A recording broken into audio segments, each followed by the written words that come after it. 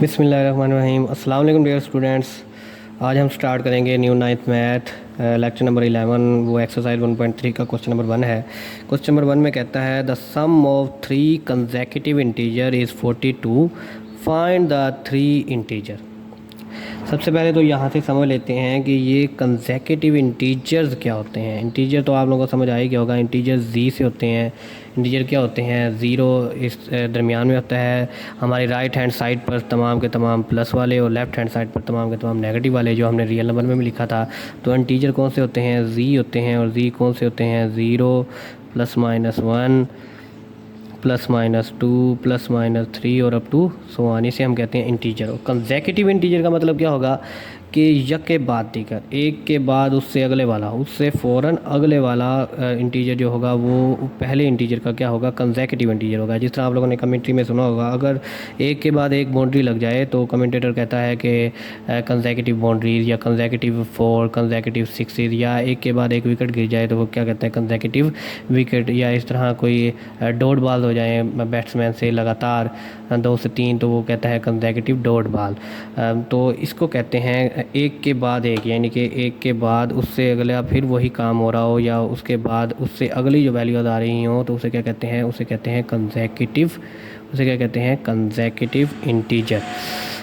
एक के बाद जो दोबारा वही एक के बाद एक आ रहा हो, यानी कि अगर हमारे पास पहला ज़ीरो है तो ज़ीरो के बाद अगर +1 आ रहा है तो ज़ीरो और +1 आपस में क्या है? कंसेक्यूटिव इंटीजर है। इस तरह 1 के बाद 2 आ रहा है तो 1 और 2 आपस में क्या है? कंसेक्यूटिव इंटीजर है। अगर आप गौर करें तो हमारे पास 1 के बाद आता है 2, 2 के बाद क्या आता है?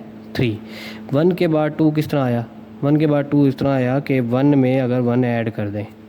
इस तरह 2 के बाद 3 किस तरह आया? अगर आप 2 में 1 ऐड कर दें। इसका मतलब अगर आप पिछले वाले में एक एक ऐड करते जाएं तो उससे अगला निकलता आता है। इंटीजर में क्या होता है कि अगर आप एक में अगला एक हमारे पास है पहला, समझें फॉर एग्जांपल, उसके बाद उससे अगला निकालना है तो आप क्या करें? पिछले वाले में एक ऐड कर दें।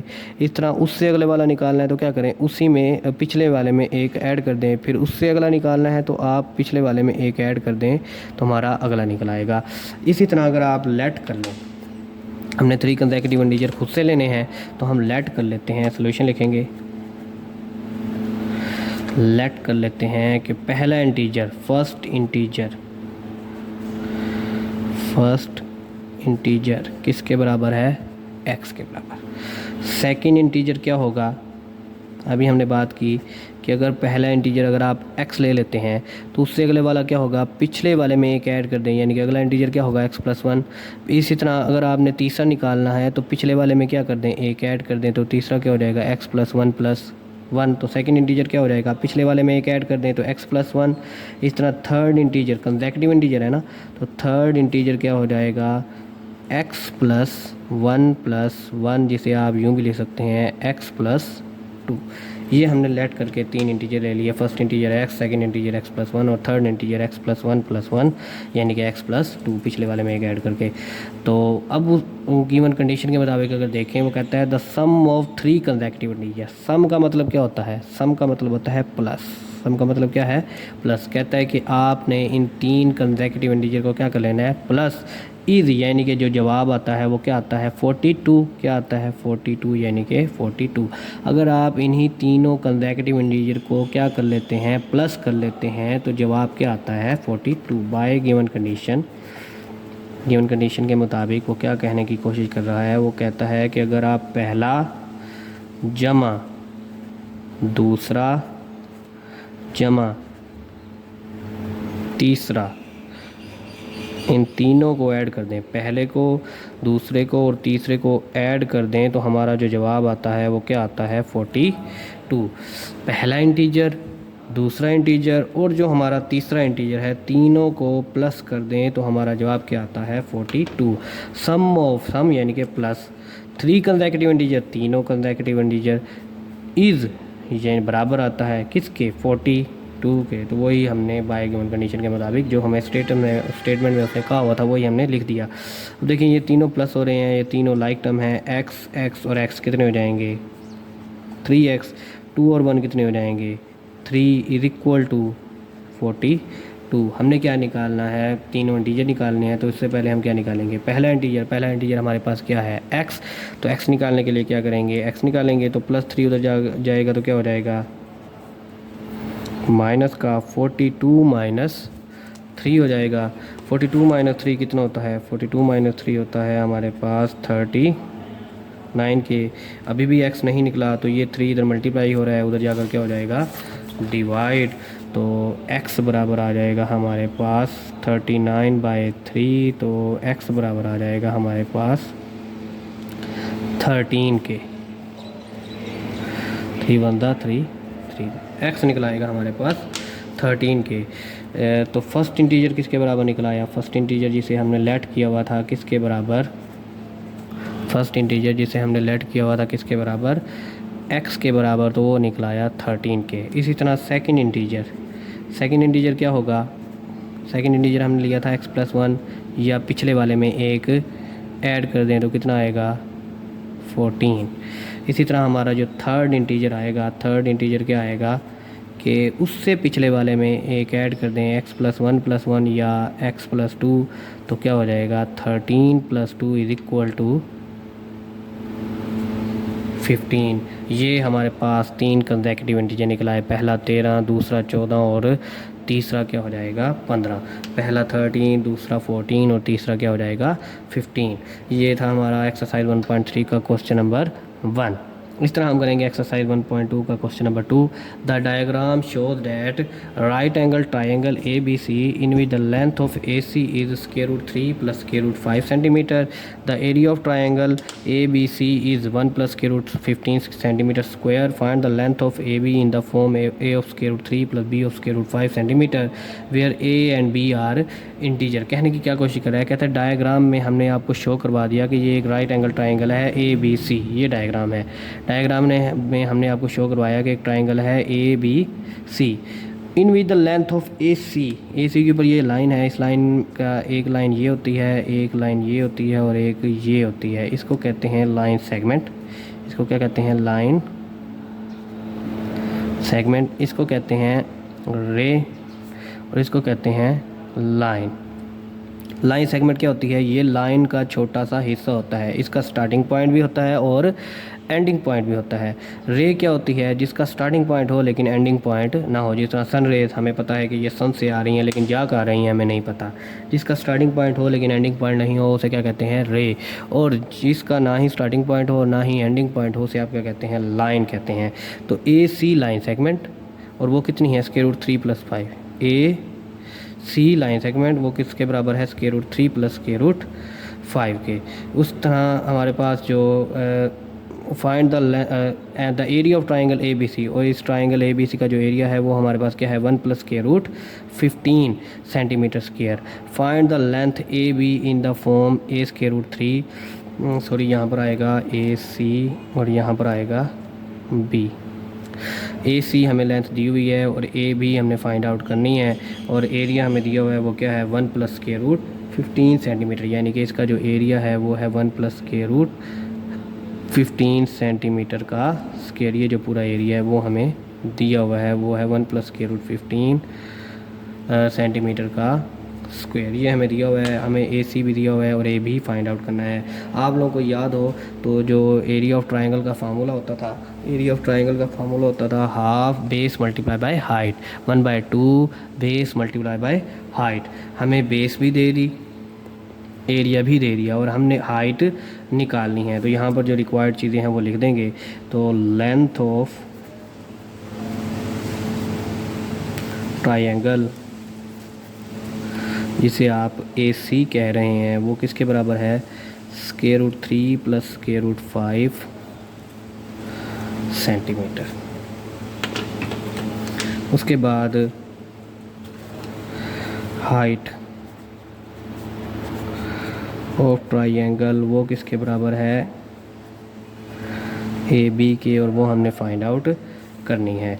उसके बाद जो हमारे पास एरिया ऑफ ट्राइंगल है वो भी दिया हुआ है। एरिया ऑफ ट्राइंगल किसके बराबर है, एरिया ऑफ ट्राइंगल हमारे पास जिसे आप 1/2 बेस मल्टीप्लाई बाय हाइट कहते हैं वो किसके बराबर है, 1 + 15 सेंटीमीटर का स्क्वायर। यहाँ पर जो बेस है वो हमारी ए सी है और जो हमारी हाइट है वो क्या है, ए बी। तो बाय फार्मूला एरिया किसके बराबर होगा, हाफ। बेस किसके बराबर है हमारे पास, बेस बराबर है हमारे पास ए सी के, और जो हाइट है वो हमारे किसके बराबर है, ए बी के। वैल्यूज पुट कर दें तो एरिया किसके बराबर है, एरिया हमारे पास है 1 प्लस बाय पुटिंग वैल्यूज़, अगर आप वैल्यूज़ पुट कर दें 1 प्लस स्क्वायर रूट 15 सेंटीमीटर का square is equal to 1/2। A C हमारे पास क्या है, square root 3 plus square root 5 centimetre, और ए बी हमने फाइंड आउट करना है, इसे वैसे के वैसे रहने देंगे। अब देखें हमने ए बी फाइंड आउट करना है, तो जो भी इसके साथ है उन सबको उठाकर दूसरी तरफ ले जाएं। जो डिवाइड हो रहा है वो मल्टीप्लाई हो जाएगा, और जो मल्टीप्लाई हो रहा है वो क्या हो जाएगा, डिवाइड हो जाएगा। तो ए भी हमारे पास आ जाएगा, ए भी बराबर आ जाएगा 1 plus square root 15 centimetre square. ये जो 2 था, ये वाला 2 इधर डिवाइड हो रहा था, इधर इसके साथ आकर क्या हो जाएगा, मल्टीप्लाई। और ये square root 3 plus square root 5 इधर मल्टीप्लाई हो रहा था, इधर आकर क्या हो जाएगा, डिवाइड। तो ये जो 2 था जो डिवाइड हो रहा था वो इधर आकर क्या हो गया, मल्टीप्लाई, और square root 3 plus square root 5 इधर आकर क्या हो जाएगा, डिवाइड। सेंटीमीटर से 1 सेंटीमीटर कट हो जाएगा, तो ए बी हमारे पास आ जाएगा 1 plus square root 15 over square root 3 plus square root 5 centimetre. ये निकलाएगा हमारा ए बी। हमारे क्वेश्चन में अगर हम पढ़ें तो उसने हमें कहा था कि ए बी को आपने किस फॉर्म में बनाना है, ए square root 3 b square root 5। A और बी क्या होंगे, इंटीजर होंगे, ए और बी इंटीजर होंगे, यानी कि एक वैल्यू स्क्वायर रूट 3 में बनानी है और एक वैल्यू स्क्वायर रूट 5 में बनानी है, एक वैल्यू स्क्वायर रूट 3 में, एक वैल्यू स्क्वायर रूट 5 में, और निकालना क्या है, ए बी। तो ए बी निकालना है, तो ए बी निकालने से में देखें हमारे पास फ्रैक्शन है, और फ्रैक्शन में डिनोमिनेटर में क्या है, सर्ड है। सर्ड डिनोमिनेटर में ना हो, अगर सर्ड डिनोमिनेटर में आ जाए तो आप क्या करते थे, रैशनलाइजिंग करते थे। यहाँ लिखेंगे by rationalising, by rationalising. Rationalising का क्या तरीका होता था, जो भी नीचे मौजूद हो आप उसके साथ साइन चेंज करके उसके साथ मल्टीप्लाई भी कर दें और डिवाइड भी कर दें, मल्टीप्लाई भी कर दें और डिवाइड भी कर दें। ऊपर जब दो फ्रैक्शन आपस में मल्टीप्लाई हो रही होंगी तो ऊपर वाला ऊपर वाले के साथ मल्टीप्लाई हो जाएगा और नीचे वाला नीचे वाले के साथ मल्टीप्लाई हो जाएगा। Square root 3 plus square root 5 multiply हो जाएगा square root 3 minus square root 5 के साथ। जब भी आपके पास फ्रैक्शन में दो टर्म होंगी डिनोमिनेटर में, तो आप जब भी फ्रैक्शन रैशनलाइज करेंगे तो आपके पास फार्मूला बन जाएगा। वो फार्मूला क्या था, a plus B A minus B is equal to A square minus B square. यहाँ पर फार्मूला बन जाएगा a plus B into A minus B किसके बराबर होता है, ए स्क्वायर माइनस बी स्क्वायर के, A square minus B square के। यहाँ पर ये इन दोनों को मल्टीप्लाई कर दें, 1 इंटू स्क्वायर रूट 3, ये 2 वैसे के वैसे, 1 into square root 3 square root 3, 1 जब स्क्वायर रूट 5 के साथ होगा 1 माइनस माइनस स्क्वायर रूट 5। इस तरह ये 15 की पावर क्या है स्क्वायर, 3 की पावर भी क्या है स्क्वायर रूट, इसकी पावर भी स्क्वायर रूट, इसकी पावर भी स्क्वायर रूट। तो 15 3 ये मल्टीप्लाई हो सकते हैं, 15 3 कितना हो जाएगा, plus plus plus 15 3 45 plus minus minus 15 5 75 और नीचे फार्मूला क्या बन जाएगा, ए का स्क्वायर माइनस बी का square, 2 square root 3 square root 5। 45 किसी का भी कंप्लीट स्क्वायर नहीं होता, तो इसे इस टर्म में तोड़ दें, इन दो टर्म में तोड़ दें जिनमें से किसी एक का कंप्लीट स्क्वायर बनता हो। 45 को क्या लिख सकते हैं, 9 5 ज़ा 45, 9 का स्क्वायर रूट होता है और 5 का नहीं होता, तो 45 को लिख दिया 9 5 ज़ा। इस तरह 75 का भी कंप्लीट स्क्वायर नहीं है, तो इसे भी किसी दो टर्म में ऐसे में मल्टीप्लिकेशन में लिख दें जिनमें से किसी एक का स्क्वायर बनता हो। तो 75 को लिख सकते हैं 25 3 ज़ा, और नीचे आ जाएगा स्क्वायर से स्क्वायर रूट ख़त्म, स्क्वायर से स्क्वायर रूट ख़त्म, 3 - 5। अब नहीं, यहाँ पर 2 वैसे के वैसे, स्क्वायर रूट 3 - स्क्वायर रूट 5। 9 का अलग से ले लेंगे, 9 का स्क्वायर रूट अलग से ले लेंगे, 5 का अलग से ले लेंगे, 25 का अलग से ले लेंगे, 3 का अलग से ले लेंगे, और 3 - 5 किसके बराबर होता है, -2। 2 से 2 कैंसिल हो जाएगा। यही रूल होता था कि अगर दोनों की पावर सेम हो तो आप उसे अलग अलग पावर में ले सकते हैं। तो 9 और 5 की एक ही पावर थी, तो 9 और 5 की अलग से ले ली। 25 और 3 की एक ही पावर थी, 25 और 3 की अलग से ले ली। 9 का स्क्वायर रूट किसके बराबर होता है, 9 का स्क्वायर रूट बराबर होता है 3 के, और 25 का स्क्वायर रूट किसके बराबर होता है 5 के। तो यहाँ पर लिख देंगे, बाकी बचेगा square root 3 minus square root 5 plus 9 का स्क्वायर रूट किसके बराबर होगा 3 के, और ये स्क्वायर रूट 5 वैसे के वैसे। 25 का स्क्वायर रूट किसके बराबर होगा 5 के, और ये स्क्वायर रूट 3 वैसे के वैसे, और नीचे क्या आ जाएगा -1। देखिए हमने क्या किया, ये जो स्क्वायर रूट 3 था इसे वैसे के वैसे लिख दिया, स्क्वायर रूट 5 वैसे के वैसे। 9 का स्क्वायर रूट किसके बराबर होता है 3 के, 3 इंटू स्क्वायर रूट 5। 25 का स्क्वायर रूट किसके बराबर होता है 5 के, 5 इंटू स्क्वायर रूट 3, और नीचे क्या बच गया था -1, क्योंकि 2 से 2 कट गया, बाकी क्या बचेगा -1। यही हमने लिख दिया।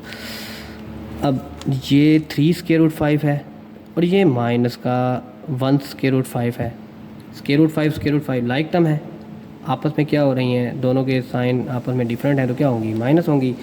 3 - 1, 3 में से 1 गया तो कितने बचेंगे 2 बचेंगे। इस तरह -5 में से जमा का 1 जाए, समझें ये 5 टॉफ़ियाँ हैं और ये 1 टॉफ़ी है। 5 टॉफ़ियों में से 1 टॉफ़ी चली जाए तो कितनी बचेंगी -4 टॉफ़ी। यहाँ पर देखें ये 3 बिस्किट्स हैं और ये 1 बिस्किट है। 3 बिस्किट में से 1 बिस्किट चला जाए तो क्या बचेगा 2 बिस्किट बचेंगे। यहाँ पर जो बड़ी कीमत वाला साइन था वो लगा दिया, यहाँ पर जो बड़ी कीमत का साइन था वो लगा दिया, और नीचे क्या आ जाएगा -1। ये जो डिनोमिनेटर है वो दोनों के साथ क्या आएगा अलग अलग से आएगा, इसके साथ अलग से और इसके साथ अलग से। माइनस माइनस क्या हो जाएगा माइनस प्लस, तो 4 square root 3 minus plus minus 2 square root 5। यही उसने कहा था कि हमें आप square root 3 into square root 5 में बनाकर दिखाएं। जो स्क्वायर रूट 3 के साथ होगा वो होगा ए किसके बराबर आ जाएगा 4 के, और बी किसके बराबर आ जाएगा -2 के। और यही हमारे पास था AB length of a triangle, जिसे आप यूँ भी कह सकते हैं कि हाइट ऑफ अ ट्राइंगल,